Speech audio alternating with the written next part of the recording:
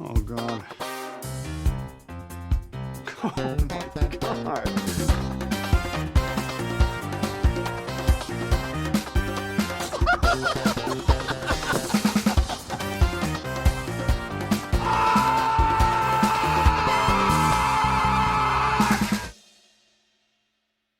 I was, because we were talking to someone else about like nails, and I'm like, I can't, and I was just like, I can't have long nails because I play the bass. And the person I'd been talking to for 2 hours, like, yeah, I can't have long nails because of my sex life. I'm like, God damn it. Are we talking about hand jobs? Yeah. Inside hand jobs. Inside Ooh, hand the job. inside hand jobs. I mean, it's all a hand job, right? Yeah. It was an inside job, though. The hand came from within. It's coming from inside the house. Hey now. I want you to use your outside hand job. Inside hand jobs would have been sort of like taboo back in 1930s. So, I mean, Yeah. you know, all gay things was taboo in the 1930s. that's true. Nobody said an inside hand job was gay. I mean, that's fingering. Or it's a hand job in jail. Yeah. Mm. Yeah. It's an in the joint hand job. Joint job. Good classic joint job. Of all the joint jobs in town. I had to walk into this one. Yeah, we're gonna do the whole podcast like this. See, yeah, Yeah. yeah. Immediately, my first complaint about the show is there's this whole shtick. See, yeah. Oh man. Okay, yeah. Nick, how does- do you feel about that? It does not bother me. Actually, in fact, the time when he was behind the door or whatever, and you just hear him say, yeah. I lose it every time. Welcome back. Before we get started, welcome back to Cage Match Colon Roundabout Way of meeting Nicolas Cage. I'm Sean here with my co-host Nick.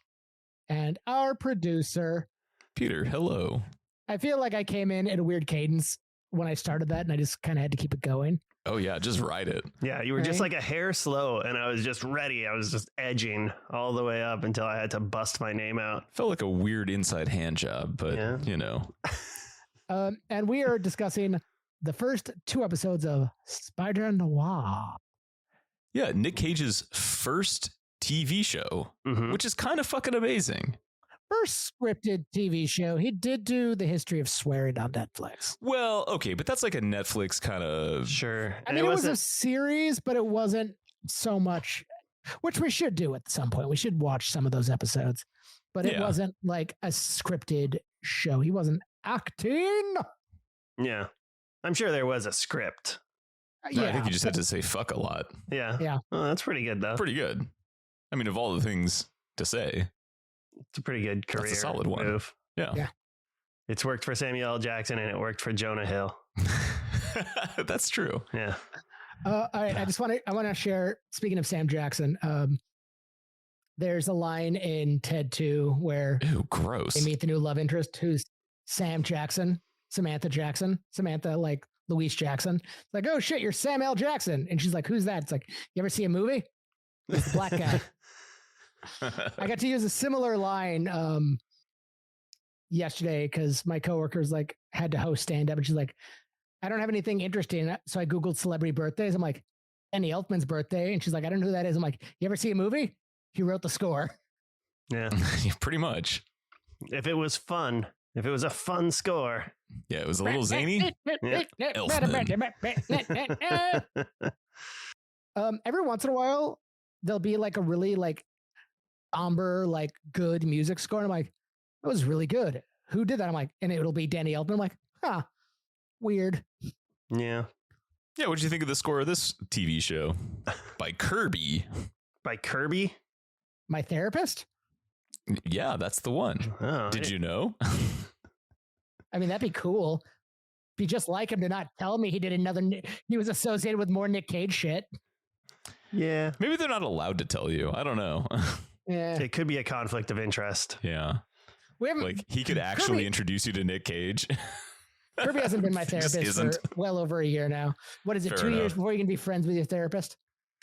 I think you just never can be friends with your therapist. Yeah. That's- They know too many of your dark secrets. Yeah. Yeah, well, they can't just like be dominating all your time by flexing on you all the time. Too many inside hand jobs. Yeah. How bad would that feel if you were just paying your therapist and they bragged like for an hour every week, just bragging at you, and it's like, all right, same time next week. I'll keep taking your money. Your money. Yeah, I'm about to go do something fun. Have fun, loser, with your sad ass life. I should be a therapist. All right, let's talk Spider-Noir. I'm feeling it now. Yeah, you ready? You warmed up? It's got me captured now. I just took a big nap or in lead up to this because I was feeling fucking exhausted. Dude, same. How long was your nap? Let's talk about that. How great is a nap? A nap I got a nap rules. story. As people in our now almost 42s or whatever. Like, yeah, you old piece of shit. Yeah. It feels great to take a nap. It was weird taking a night nap though. Oh, yeah. I'm really glad. That might fuck up your shit. You're running a dangerous game into turning it into just sleep. Mm-hmm, yeah. Which I could have. Yeah. If I didn't have this going on, I probably would have rolled right into sleep. Totally would have been fine with Which is a sad Saturday. No, it's a great Saturday afternoon. I got my haircut today, and the girl who does my hair, she's talking about her kid being on like summer break soon and how he's 6 and doesn't nap. And I'm like, fucking kids are dumb. Fucking naps are amazing. That's all I want to do as an adult. Yeah. Well, it feels like a punishment when you're a kid, because then you've just got all that energy and you're being forced. You're forced to do it. That's the shitty part, is like you have to do it. Yeah. Choosing a nap. Mm-hmm. Now that's the fucking sweet spot. Also, the best part about being an adult and napping is it's just like it's 20 minutes closer to death that I don't have to exist. Mm-hmm. God, I long for the long nap. Those sweet, sweet little deaths. Wait, that's orgasms, right? Spider-Noir is I wouldn't know. Gotta get one of those inside hand jobs. Oh, we brought it back. Oh my God. Spider-Noir is a lot of fun, much like this conversation. It doesn't make a lot of sense and there's weird accent work, but I'm enjoying it. I kind of liked his accent. It doesn't bother me that much. The sort of like marble mouth, Humphrey Bogart sort of Humphrey style. Bogart. I don't mind the accent work at all. I really enjoy what he's doing. I really enjoy the whole like shtick. My only minor issue is just like him and Gleason are in the same show. No one else is in the same show as these two.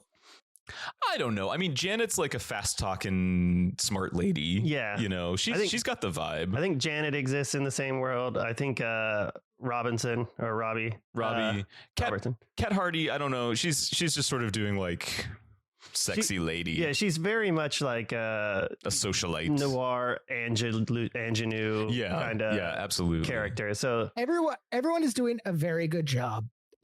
It's specifically, and it comes across Nic Cage's love for classic films, for silent film work. He's doing a lot of like silent film style, like body work. There's one when we talk about episodes 3 and 4, there's one scene. We'll talk about that for sure. I want to mention. So he's doing, there's a lot of like that pre-talky energy that Nic Cage is bringing. Mm-hmm. It goes back to my thing about how when we did Planet Terror, it's like, it's hard to watch good actors try and act poorly.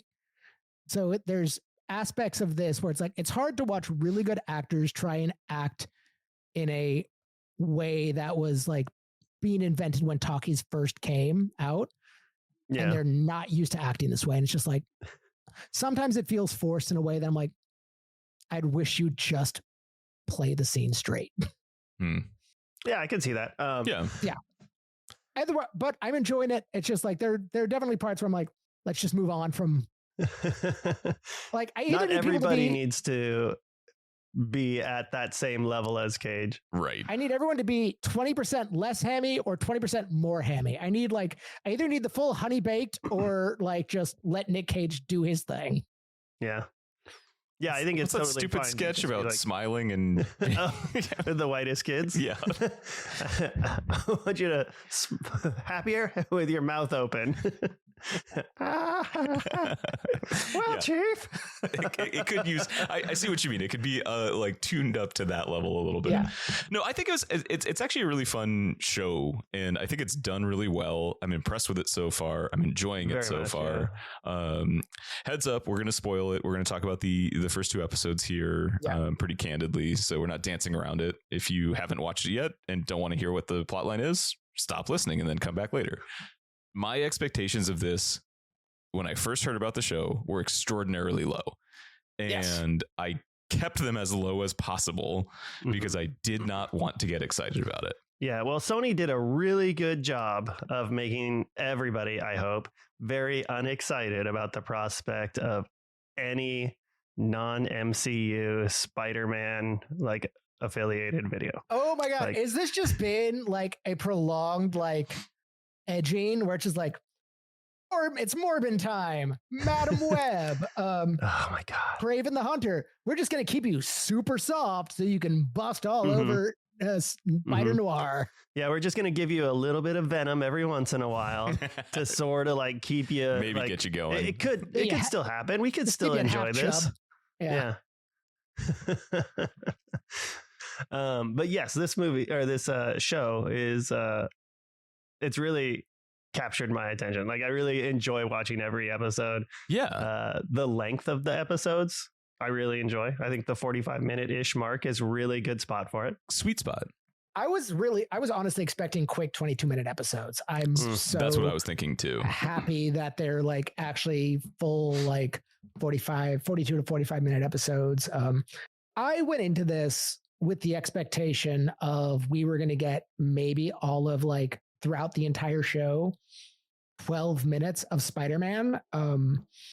Watching the first trailer of him swinging through New York, I thought was going to be like, that's going to be like, that was their entire effects budget in that trailer. That's going to be the end of the show.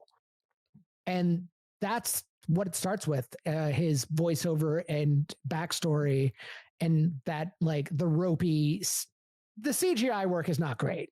But it's TV. I'm not mad at it, but I really expected that to be the closer of the show.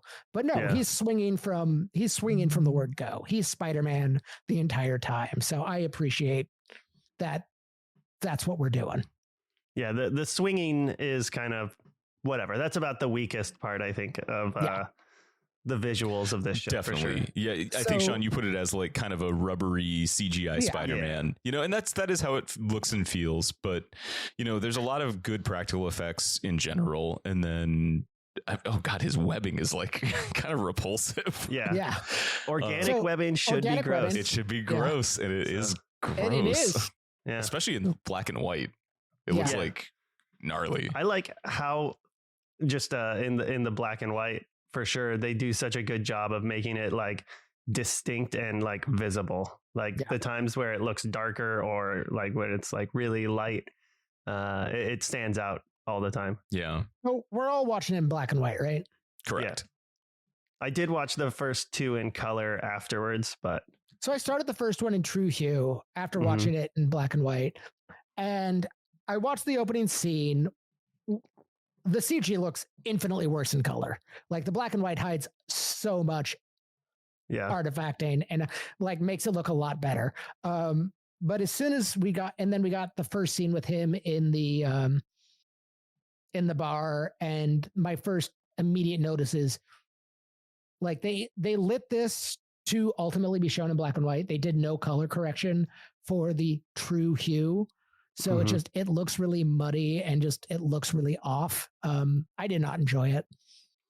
Yeah, well, it's costumed and all the scenery and stuff is designed to kind of reflect a like a colorized film. So it's like if a black and white film got restored and colorized,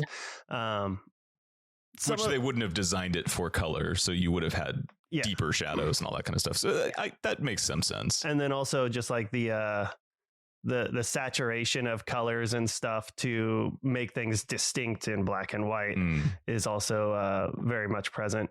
I do like a lot of the costuming in color. There are some things that like in black and white, I think are just still ultimately better costuming wise, like Kat's dress in the nightclub. Clearly that is the intended like version. Yes. Yeah. And I was talking with a friend of mine yesterday about it, and he was just like, well, why even release it both ways? And we both came to the conclusion that there is a subset of people who just will not watch something in black and white. They just refuse to, because they think it looks cheap, or it's like, I once dated someone who'd never seen Clerks because she's like, that's a black and white movie. And I'm like, so yeah, my ex-wife really struggled with black and white stuff. She really, really had a hard time with it. For whatever reason, it just like made her brain kind of turn off, where she was like, I don't know, this is just like not fun for me to watch. Yeah. So I find it really delightful, and I really love, especially that they played into it. It's like whoever the directors, the DPs, like they're playing with these deep shadows, long cast lights. It's really, really pretty, and it's well done, and it makes you think about like old TV, old movies. Like they caught the vibe really nicely.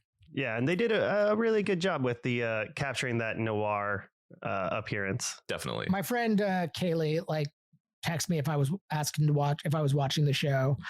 She said, "No, bitch, I hate Nic Cage." So I asked her, I'm like, "Are you watching black and white or color?" She said color, and my response was incorrect. Start over. Her response was, haha, fuck that. It's not actually 1930s, LMAO. And I'm like, incorrect. I will say the one thing that stood out to me better in color in these first two episodes is Flint Marco's character of Sandman.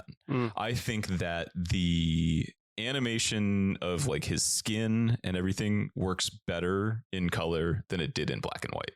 I think it didn't read as much in that scene when I was watching it the true way.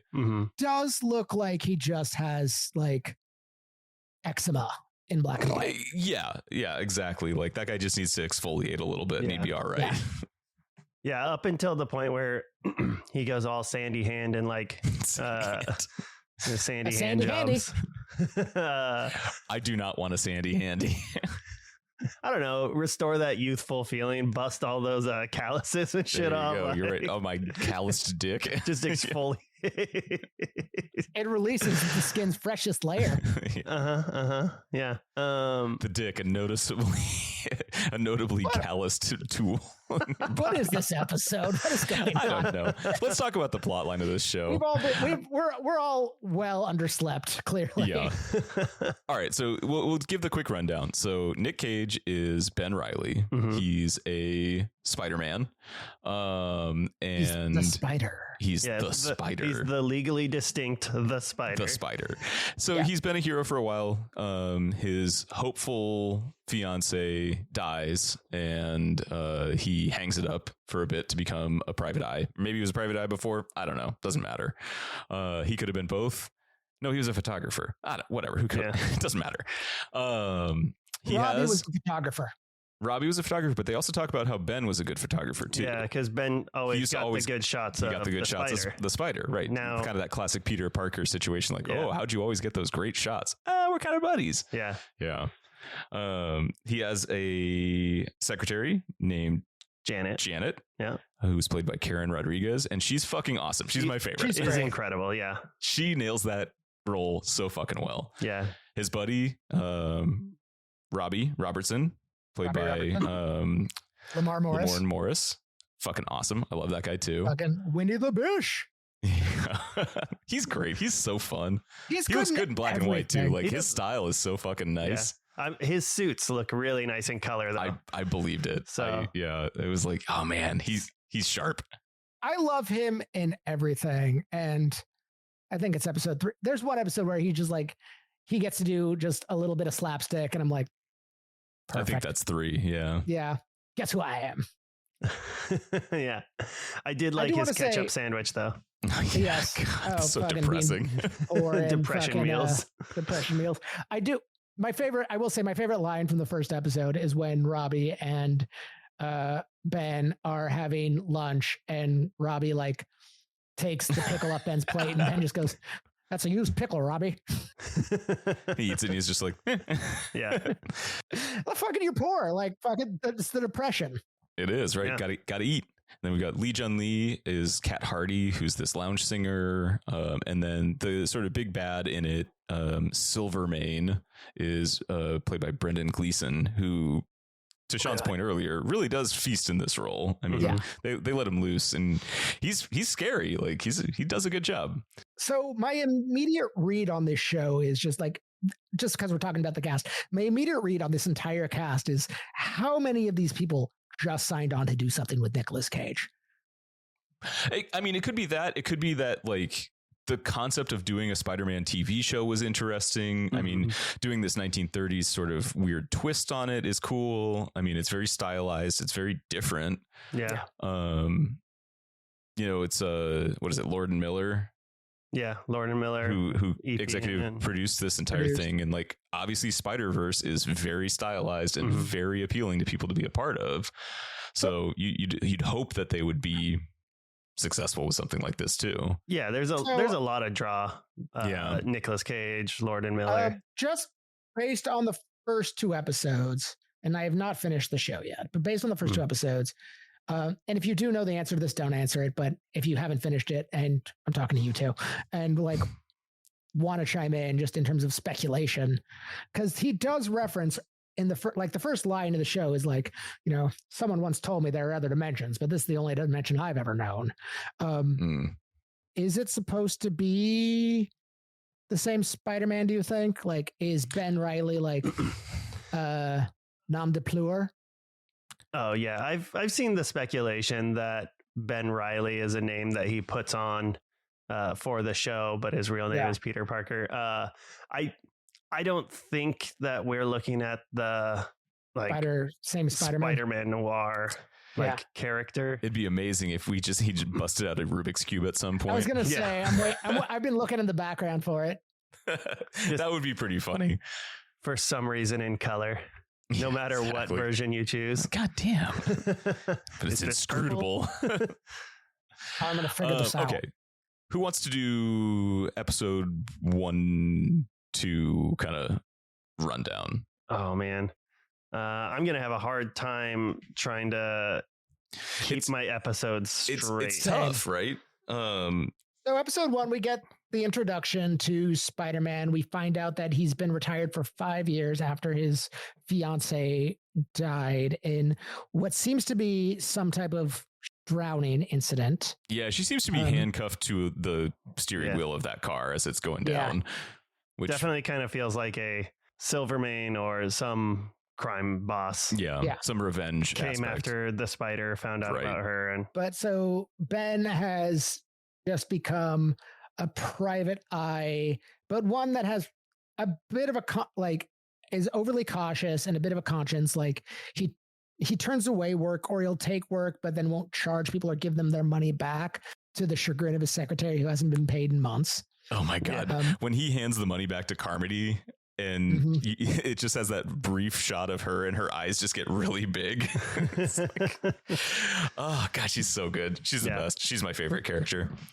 Okay. So he gets hired to investigate Cat Hardy, who this really ugly man with no charm, no wit, claims is his wife, but clearly is being, some part of a setup. Yeah. So he climbs up to the penthouse of this gigantic fucking building without using his spider powers. The sad look on his face when he just kind of is like, all the way up, eh? Yeah, penthouse, huh? Penthouse, eh? Climbs up the fire escape. He's climbing up the fire escape, goes by a window where a guy is licking stamps and sticking them to his shirtless bare torso. chest. And he just a big hairy guy. And then just camera comes in off the side and click. Yeah. That's, I think, probably one of our first Looney Tunes-ish kind of illusions in this show. Yeah. So he catches the mayor. He doesn't realize it at the time. Soliciting Cat Hardy. Yeah. He wants to get handy. He wants the inside hand job. And she slaps him, and then Cage sprays him with spider goop. Yeah, webs him before he can slap her back and escapes. disappears. Yeah. So then goes to the nightclub to keep tracking her down. Yeah, they switch the plan. He's going to now blackmail her. Yeah. Because So when he realizes that it's the mayor, he's like, because he gives ugly guy he gives back the money his back. He's like, I money can't back. do this job for you. She's a loyal, loving wife. yeah, your wife loves you, Mr. Carmody. Aren't you so thrilled? Yeah. It's like, so decides, there's no chance it's with that syphilitic walrus. he's gonna blackmail Cat Hardy with pictures of her with the mayor. We get that amazing like lounge singer scene. Yeah. Which kind of like, it's a very modern musical beat and musical number, and I fucking loved it. Like I was just like, the camera work was great. It's really good. I wanted the show to lean more into that going forward. In episode 2, it kind of doesn't. I do love her outfits, and I love whenever she's on screen. There's one, I think it's episode 2, might be episode 3, but there's one where she's like on stage and she just has like this fractal mirror like background behind her. And I'm just so enamored with a time where you experienced music live, because that would be the only way to experience it. You would just go see a singer on a nightly basis, because that's what entertainment was. And now the kids have their hippity hop and their EDM, and it's just loud. And I hate it. I'm old. Yeah. Okay. So then she has her sort of like enforcer, protector, lover, Flint Marco, who's there, and he kind of strong arms Ben out of the nightclub. And we get that great shot of him following Ben later. Oh my God, the alley shots where it's just these long cast shadows, and and Flint's in that white suit, so he just stark contrast. It's like Spy versus Spy almost. Ben is just utilizing like street urchins and street youths to like be his his eyes and ears around the streets. That little kid's great. I love that kid.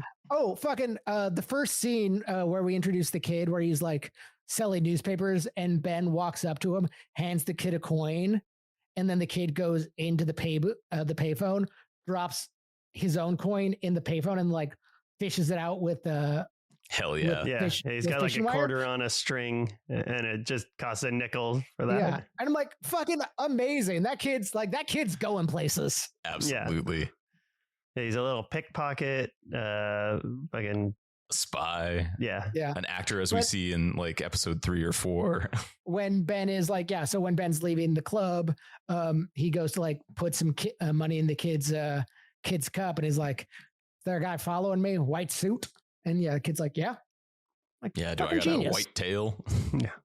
Yeah, it's good. So then Flint confronts him up on the top of a construction tower or something, which weird choice, but I mean, if you're the spider, I mean, if you're Spider-Man, it's the perfect choice. Yeah. So Flint, very strong, starts punching the shit out of Ben, and then Ben clocks him with a piece of wood. Yeah. Knocks him down. Not just clocks him with a piece of wood. This was amazing. Like going back to the Looney Tunes of it all, like Ben is getting like beat up, gets thrown off the building, webs his way back on. So we actually see him like full spider out, but is like on his back, goes to grab a crowbar. Marco steps on the hand with the crowbar, and then Ben gives him a sly wink and then cracks him with a piece of wood in his other hand. Yeah. It's quit watching the mouth, watch the hands. Yeah. Yep. I love how bad he is at landing. Anytime he webs somewhere, he's pretty bad. He just kind of flops into. It's like like an old man. He's like, oh, my back. I mean, he's in his six. Like Nic Cage is in his 60s. Nic Cage is 62, so like it does make sense. And if they're playing him as like he's in his 50s or something like that, and he's been retired for 5 years. Right. We need to stop like putting. We need to stop putting 30-something-year-old, 20 and 30-something-year-old women with Nic Cage as a potential love interest. Yeah, I mean, it's hard to tell. Like, white people age so poorly. So Cat Hardy could be in her 40s and looks, significantly better. Okay. But when we talk about 3 and 4, I do want to touch on that. But I'm just thinking, like, whenever we have a flashback with him and with his Ruby. fiance, with Ruby, and it's just like they're dancing. I'm like, she's holding up that old man. Yeah, it does look like you're dancing with your dad. You know. Yeah. They were different times, Sean. Yeah, simpler times. Times. Also, it was the 1920s. That man is a hard 40. It's a good point. Yeah, I mean, like you think about inside smoking, rampant drinking, plus being the spider. Yeah. Also, they do not shy away from smoking in the show. Everybody fucking smokes. Everybody smokes. Yeah, a lot of smoking. Even the kids smoke so much. Oh yeah. Yeah, so we missed one sort of like main beat that ties it all to Silvermane. So Silvermane, this like mobster of New York, right? He's an enemy of the mayor. He's just like the guy who's kind of run rampant since the spider has retired. He his mansion got burned down by somebody with weird powers, it seems. And Ben early in this is paid to track this guy down. He sees him light himself on fire. Another detective shoots the guy to death. Things are hinky about the entire thing. But now Silvermane's all like wise to the fact that there are supers. I think he wants to, manipulate that as much as possible. He wants one of his own. Yeah, he wants one of his own. Who doesn't? And the other detective gets killed by Silvermane because he doesn't have enough info. And Silvermane wants Ben Reilly as his next target to get more information on who's putting the hit out on him. Because that's kind of the big subtext of the first 2-3 episodes is why is someone trying to kill Silvermane and who is it? Yeah. Who's the double cross? Who's the snitch? Who's everything? So episode 1 ends with Cat Hardy hiring Ben to find Flint Marco because he has vanished. Yeah. Flint's on the lam. Yeah. Then we go rapidly into episode 2. Yeah. What happens in episode 2? Kind of begins the reveal that Flint and Addison, the flame guy, now dead, were part of a World War One. Yes. World War One troop. Yeah. That were POWs at some point in the war. And something is weird about that. Yeah. But we don't know why yet. Yeah. 2 guys, powery, same POW camp. In this episode, Robbie goes to Hooverville to find Marco, or to like find Addison's wife. Yeah. And then meets another super, who is another black man. And we find out that they wouldn't have been in the same company at that time because the companies were still segregated, which is how they figure out that they were in a POW camp together. That's right. That's right. Yeah. So he meets Lonnie, who has weird bumpy face. Yeah. Yep. So I don't know a lot of like deep Spider-Man character. So I'm trying to figure this out. Who is Lonnie supposed to be? He's Tombstone, but I don't know anything about Tombstone. Okay, so that's what I thought. Because Tombstone in the Spider-Verse is like a Frankenstein monster. Well, so Tombstone is like, he's a concrete man. He's a stone man. He's like the Thing. So when he had kind of the weird like shitness, like kind of like insectoid like plates, I'm just like, is he supposed to be Scorpion? Nah, yeah, it looks more like Carapace in sometimes than others. It's not my favorite of the designs for sure. Yeah, it is definitely lazier is a word I'll use in terms of like, but also I guess you can't do a big gray stone man in black and white. Yeah, you've already got Sandman, so yeah, Eczema boy. Eczema boy. So this episode I think is what you touched on earlier. It features Robbie a little bit more. We see him eat a ketchup sandwich, which is like so depressing, but it is the depression. I do love the number of times we see Nicolas Cage eat a hot dog. I do not like the way he eats the hot dog later, like in the later episodes. Just basically like pulling the bun apart to just get wiener. It's like not eating the bun, just like get that out of here, just straight into it. It's like, God, that's disturbing. Yeah, it's not the best. Yeah. But I mean, that bread might be terrible. Everybody knows depression bread was bad. That's true. That's very true. I don't think that is true. I don't know if anybody's ever criticized bread during the Depression. Let's assume. You ain't what you I don't know. Okay. I felt smart for a minute. I was like, oh, I nailed it. So we also learned that Robbie has been maybe blacklisted from the Bugle. He gets a line on superpowered people, and he's trying to like desperately talk to the editor-in-chief of the Bugle. Well, he's really trying to sell this Silvermane story that he's been working on. Yeah, but that's what he's been pushing. He's begging for work at this point. And not really getting any response. And when he finally does it, he's kind of just thrown under the bus, and his name is used to like write trashy articles. That's like 3 or 4. That's the end of episode that happens 2. at the end of this episode. Yeah. At the end of 2? Yeah, I think so. That's when like it comes out that he's just like, I didn't write this. No, maybe you're right. Maybe that's later. Yeah, that's not 2. But yeah, so he goes to this hotel because he finds out that from Lonnie, he finds out that Addison, Fireboy, his wife is a piece of shit. And whenever she comes into money, she goes and spends it rapidly by living a high society life. And then immediately comes back as soon as comes back to the gutter. Yeah. Yeah. So he goes and confronts her, does a good job getting into her apartment, you know, because she's playing the race card, and he manages to outsmart her. Yeah. And then he Uno reverses that shit. Yes, he does. He does, for real. So what does he end up learning from her? I can't remember exactly. So they know that Addison was hired to try and kill Silvermane. Yeah. Mm-hmm. Is that all they get from that? I can't think of anything else. Yeah.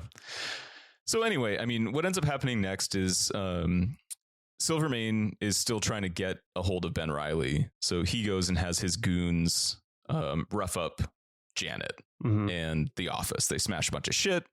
They trash the joint. That's it for Janet. She's like, fuck this. I'm out of here. Yeah. I don't want to die. Not coming back. Yeah. Well, they do get Ben earlier, but he gets away, and they come back looking for him. Yeah, because they've got him in the car, and he's all, I love those brothers or whatever. Oh my God. Yeah. Hits one with the toaster. And I'm doing Tai Chi. Yeah, they show up at his apartment, pull guns on me, like does like the cross-armed like web pose, but realizes like he doesn't want to give up the ghost. So he's like, I'm doing Tai Chi. It's good for the circulation. But throws a toaster at one of the guy's faces, breaking his nose. Fuck, and then the other brother is in the back seat of the car while one of the broken noses is driving. And Nic Cage goes, sorry about your nose. Like, that was him. He's like, no. And he like socks the guy out the door. Yeah. Rolls out the door. I do like that shot of him hanging onto the underside of the bridge just with one hand. Yeah, just kind of like dangling. Dangling. Okay, so yeah, he's gotten away from them. They trash the joint. We get introduced to like Silvermane proper at this point, and we kind of find out the crux of his story is Silvermane's aging. He's getting older, and he assumes that there's someone gunning for him because people are coming for the king. Yeah. And he's, trying to prove that he's not too old to like run the show. And his right-hand man is like, you got to stay hidden. And he's like, no, because he's like, nah, if I, if I hide, that just shows weakness. But what is it that gets Silvermane to like actually let the guy go and like scope out before him? Like something happens. Yeah, there was some sort of trigger to it, and I don't remember exactly what it was because he doesn't want to show the weakness. But yeah, he's got his right-hand man, Winston. And I don't know, I was thinking maybe that it was Silvermane trying to test Winston a little bit, but I think you're right. I think something spooked him. So he sends Winston in. Also, holy fuck, that guy, the actor, Lucas Haas, I hate his face so fucking much. Yeah, he's got a real rat face. And he just like, he looks like one of those guys who's super into close-up magic. And I'm like, oh, fuck off. Like, you suck, man. But yeah, so then he ends up, Silvermane's going to go check out this shipment of Canadian booze. Yeah. And Prohibition's still a thing. Prohibition is still a thing. Point. So Nic Cage decides that he's like, fuck it, it's time to be the Spider again. Oh, got to talk about the scene where he gets his spider shit back. Oh yeah. Nic Cage putting on that character work. He hid his costume and everything in the wall of his old apartment, and then just like left back like 5 years ago. I do love the flashback when he does that, because like he just literally like hammers out and tears out a wall, and then like the scene of him like putting the wall back together is him just like taking this chunk of like wood and just kind of like balancing it back into the wall. Like that would work. I don't know. Lath and plaster is pretty weird shit, man. Yeah. You just tuck it back. It's fine. Yeah, it's probably good. But then to get his stuff back, he goes in and takes a toolbox and a mop from the maintenance office and just like pretends to be the maintenance guy going in, fixing a leak in a toilet. I love that couple. That couple's great. They show up a few times in they the show show up later now, too. Which I like. That feels very comic booky to me. Yeah. It's like these people just keep kind of over, connecting paths.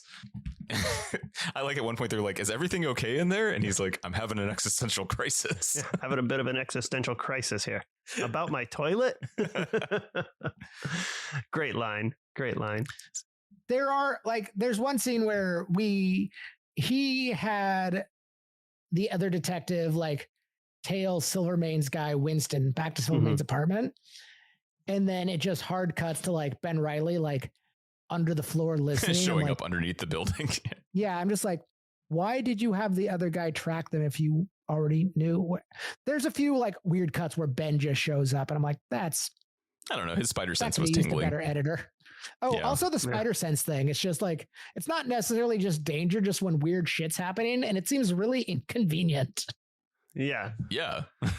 Okay. So anyway, Silvermane is on the way to go check out his Canadian whiskey or whatever, and gets intercepted. His like convoy, 3-car convoy gets intercepted by the spider, who does a good job dispatching those motherfuckers. Yeah.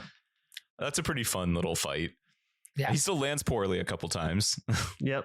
So this is where I want to talk about it here, but more after episode 4 is just like, so we have the ropey CGI, but we also have like these great scenes of like, cool, we can't afford to like do a lot of special effects, so we're going to do a lot of practical Spider-Man work. And I really like it. Like after 20 years of like rubbery to more convincing like spider antics, like we finally have to rely on like stunt people and like proper like old school filmmaking, and I'm really digging it. Yeah.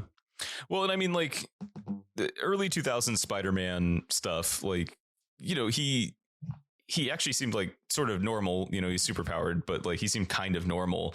Yeah. The newer ones, he's like got Stark powered suits and that kind of shit. It's very different. This feels like a guy who can just like take a beating and can shoot fucking webs. Yeah. Also, no compunction about people dying. He like that first like scene, he's just fucking using people as human shields. I love the thing where the guy shoots through the roof and he's on the ceiling, so he shoots his web through the hole to like careen the car into a wall. Yeah, it's tight as hell. Yeah. That fight is pretty good. Like, it's a lot of fun. Yeah, and so then he confronts Silvermane. It's basically like, I'm back. Stop fucking with Ben Reilly, my good friend, who I sound exactly like. He's got a voice changer. Yeah, that bugs me because like there seems like a digital like voice change going on. I'm like, that's not real. Yeah, I mean, there's got to be.